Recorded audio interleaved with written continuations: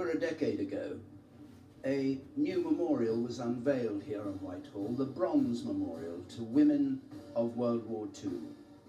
And the role of women in society, of course, has changed dramatically since the First World War. Then women undertook all kinds of work as long as it wasn't fighting.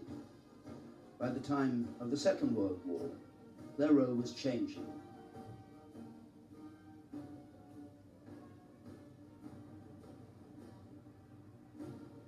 And now, today, they serve alongside men, equal in the front line, at sea, on land, in the air, doing the fighting. Sophie Rayworth has with her some serving women of today. Sophie.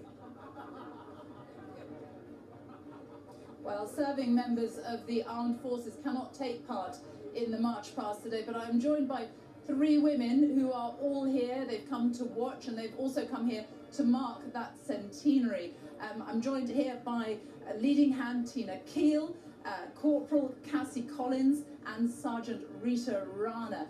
And Cassie Collins, your family, the women in your family, very much embody how women's roles have changed over the past 100 years.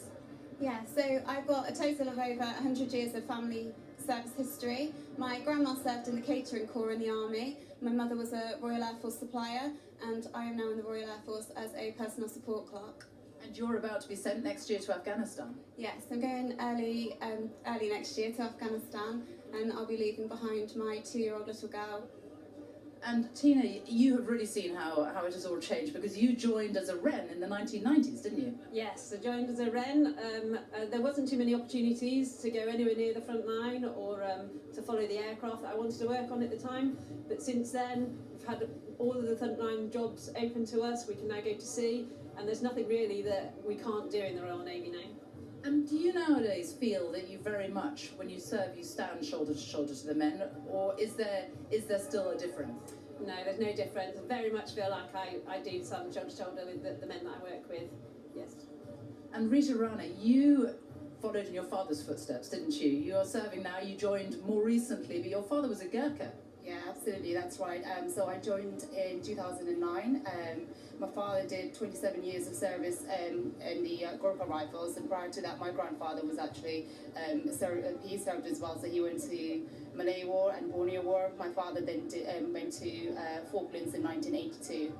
And as a woman joining the forces, do you as well? Do you feel that you are shoulder to shoulder with the men? You can do what the men do now.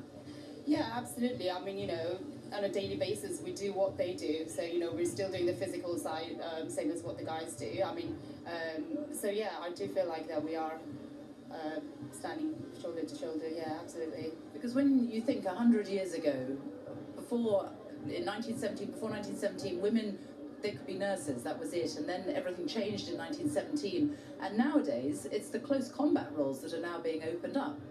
Yes, well, we're really fortunate in the Royal Air Force. We're the first service to open up the close combat roles in the Royal Air Force Regiment. I don't think that it should be forgotten, though, that women have been serving in close combat roles, supporting the infantries and regiments for a number of years now, whether that is medics, pilots, loadmasters. There's a multitude of roles which women have been doing for years now. How important is it for you to be here today on this centenary? Oh, very important. It's a time for reflection. Think about my ancestors that have served before me, and people in more recent years going to conflicts. Definitely a time to think about these people. When you joined the Royal Navy, I mean, you women, as a woman, you could not even go to the front line, could you? No, so I worked on a squadron, but I couldn't go front line on that squadron, so there wasn't anywhere for me to go really, apart from a training area, which didn't seem fair at the time, but it's the way it was. It really has changed. And what does it mean to both of you to be here today?